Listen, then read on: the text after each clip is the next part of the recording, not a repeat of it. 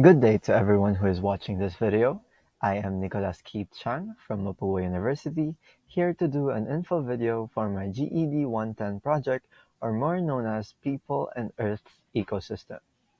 I am here to report my info video about the air and our oxygen cycle.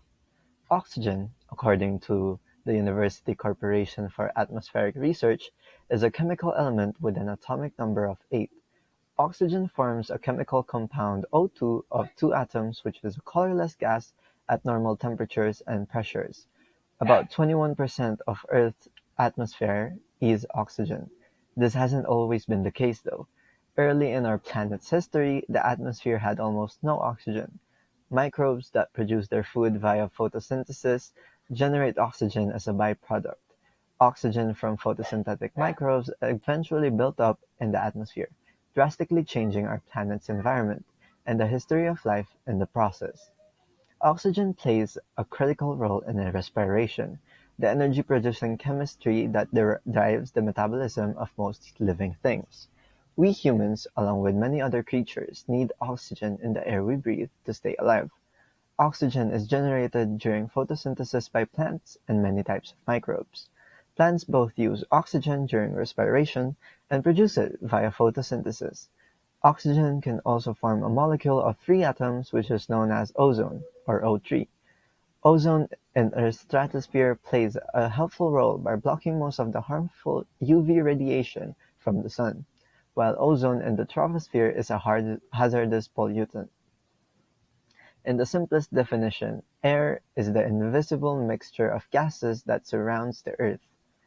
Air contains important substances, such as oxygen and nitrogen, that most species need to survive.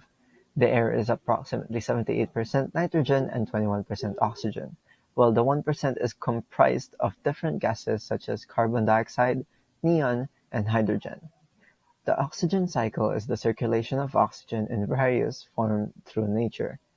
Plants and animals use oxygen to respire to the air and water as carbon dioxide. Carbon dioxide is then taken up by algae and terrestrial green plants and converted into carbohydrates during the process of photosynthesis, oxygen being a byproduct.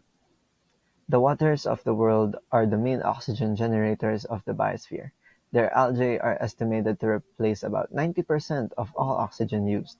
Oxygen is involved to some degree in all the other biogeochemical cycles. Now that we have a clear understanding and value of how important oxygen is to us, let's now follow it up with the problems that we human beings have made to the oxygen cycle. There are mainly four processes that have made a flux on the oxygen consumption made by humans. These are fossil fuel combustion, human respiration, livestock respiration, and wildfire. There are other processes, but that doesn't pose a great threat to the environment. Burning billions of tons of stored carbon and fossil fuels is removing large amounts of oxygen from the atmosphere. The population count of the human species is staggering. It is an understatement to call our species overpopulated in some countries, and being overpopulated results in more respiration, therefore consuming more oxygen, leading to an oxygen flux. In accordance to our overpopulated species, not only do we need to respirate more, we also need to eat more.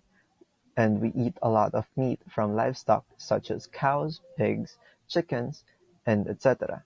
These livestock also need to respire, therefore leading to another oxygen flux.